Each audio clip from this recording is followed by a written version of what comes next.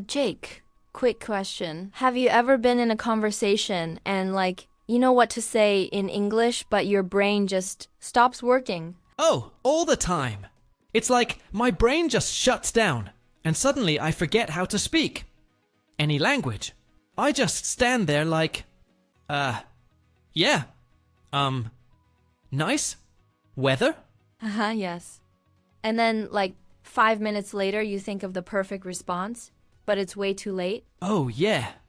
And by then, the conversation is long over, and I'm just talking to myself in the mirror like, why didn't I say that? Ooh, been there. But here's the thing, thinking fast in English is not just some magic thing that some people have and others don't. It's actually a skill you can train. Exactly. Ooh, and guess what? We even made a free quick response guide to help you practice these techniques after the episode. You can grab it in the description below. And today, we're gonna show you 3 super simple tricks that will help you speak faster, think faster, and sound way more confident even when someone surprises you with a question. And don't worry, we're not gonna tell you to memorize long, complicated sentences. These are real-life techniques that work right away. And stay tuned because at the end of this episode, we're revealing one secret hack that even advanced English speakers don't know. Oh yeah, it's a game changer. All right, ready? Let's get into it. Okay, so Lisa, be honest. How do some people just snap back with a perfect answer in English while I'm still processing the question? I love this question, and I have a crazy trick for that. But before I spill the secret, let me ask you, how do you answer a question when you don't have an instant reply? I panic. And then my mouth just makes random noises, stalling phrases. Like what? Yeah, that's what most people do. But here's the trick, stalling phrases. Instead of freezing, you buy yourself time. Like, that's a great question. Or, oh, let me think for a second.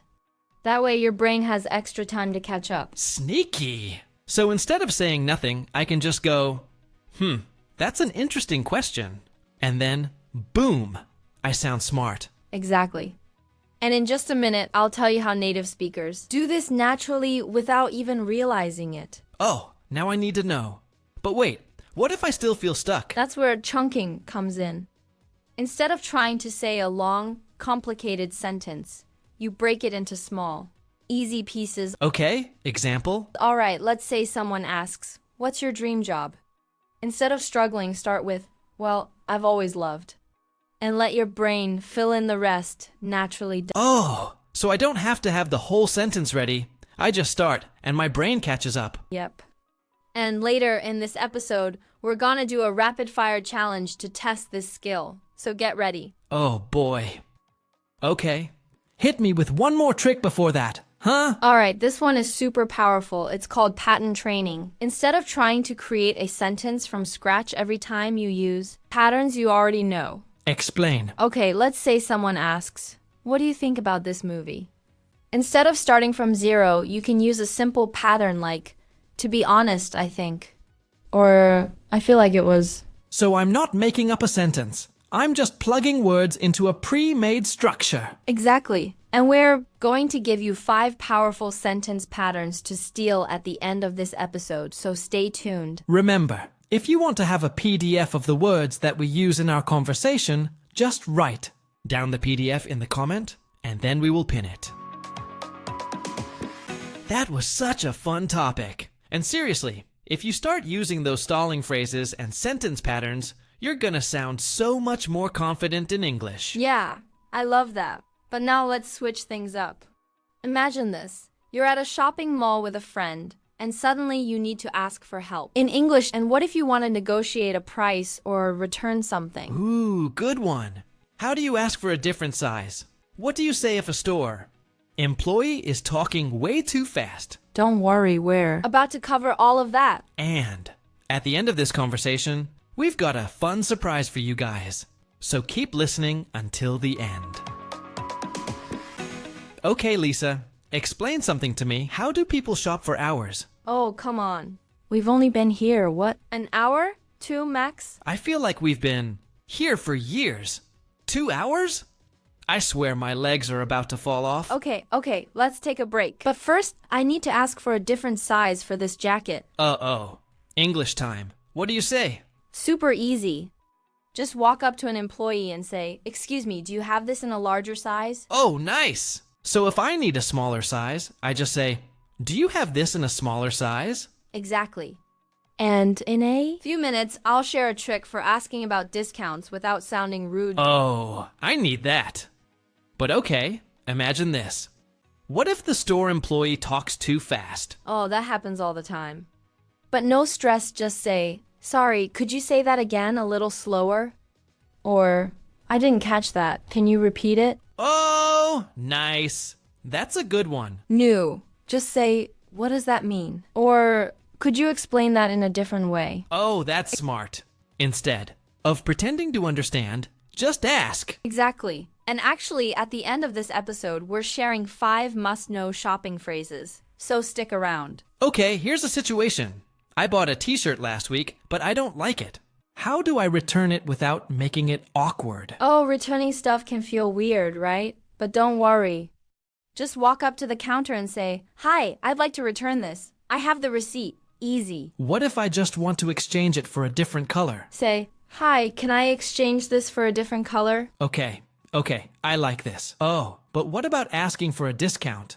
Like, let's say there's a tiny stain on a t-shirt. Can I get a lower price? Ooh, this is a pro move, but you have to be polite. You don't want to sound demanding. Just say, "Excuse me, I noticed this has a small stain. Could I get a discount?" Super simple. Oh, smooth. Okay, one more. What if something is too expensive and I want to politely say, "No thanks"? Just say, "Oh, that's a bit out of my budget." Or, "I think I'll pass this time, but thank you." Oh, that sounds so natural. Yep. And at the end of this episode, we'll share 3 sneaky tricks to sound more like a native speaker when shopping. So don't go anywhere.